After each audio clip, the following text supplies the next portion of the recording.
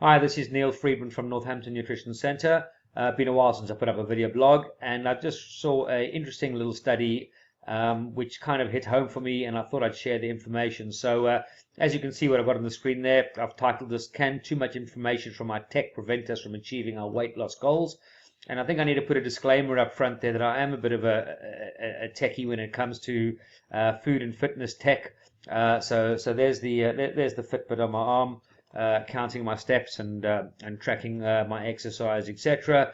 So I do tend to use this information, but I do try to keep it in context. So I think it's quite important, if you do have any wearable tech, irrespective of who the manufacturer is, and the perspective that I think you need to have is that the information is not 100% accurate.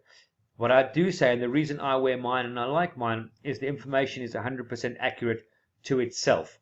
So when you're comparing your information between yesterday, today, and tomorrow, in terms of whether you're taking more steps, being more active, I think that becomes relative or becomes relevant. However, the actual number of calories burned, so you jump on the treadmill and you go for a run, the figure that comes up on the machine, the figure that's on your wearable tech will generally be quite different, and the chances are they're both pretty inaccurate.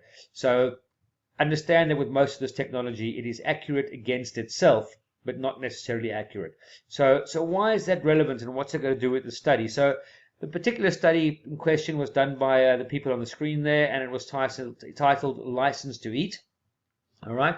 And effectively what these guys did was they took a bunch of males, most of them were lean and fairly healthy, and they put them through a very specific exercise routine. They also measured exactly how much energy these people expended.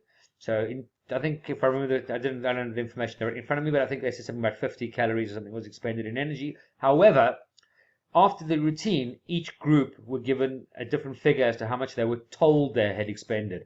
So anywhere from 50 calories up to 256 calories. So this was just a figure that was told in their heads. That this is how much. These are how many calories you burned during your exercise. Just by the way, there is the link to the exact studies if you actually want to see it. It's there. So they were given a different figure, and they were then put in a room to relax. And in this room there happened to be some enticing food. I think the study says it was chocolate chip cookies. All right, and then they observed and managed and monitored how much people ate from the study. All right, or ate in the room afterwards, having been told what they'd burnt off.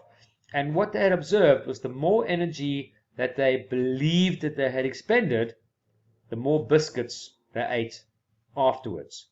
In other words, they thought that by exercising or burning off a whole lot of calories, they'd given themselves this license to eat. So there is the full abstract from the study. I'm not going to read that all through to you. You can have a look at it yourself.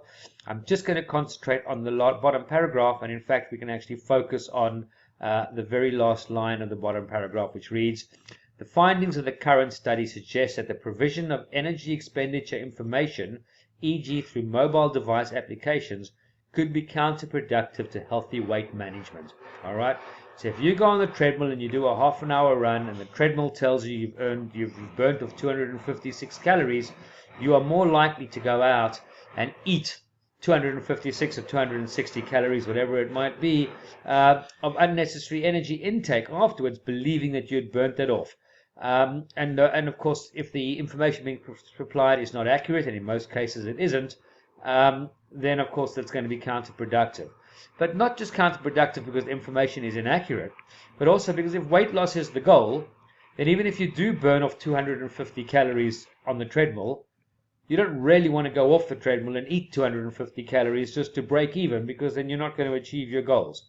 So that's all I wanted to say about the study. So really all I'm just saying is, buy your tech. I know it's Christmas time, and if you've started going to the gym, or you're planning to go to the gym or start running or do exercise, there's a good temptation to invest in this tech or get it as Christmas presents, and it's brilliant. As I said to you, I'm a bit of a tech junkie. I really enjoy the tech, but have it into perspective. Realize that the tech is only accurate against itself, and don't think that just because your wearable tech or your mobile phone has just told you that you've burnt off 450 calories in a 15-minute walk, which is highly unlikely, that you can now go out and eat all those calories, because if you're trying to lose weight, it's not going to work.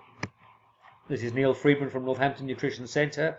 For any more information on this subject or any others, please contact me. The information is on the screen. I look forward to hearing from you. Thank you very much and goodbye.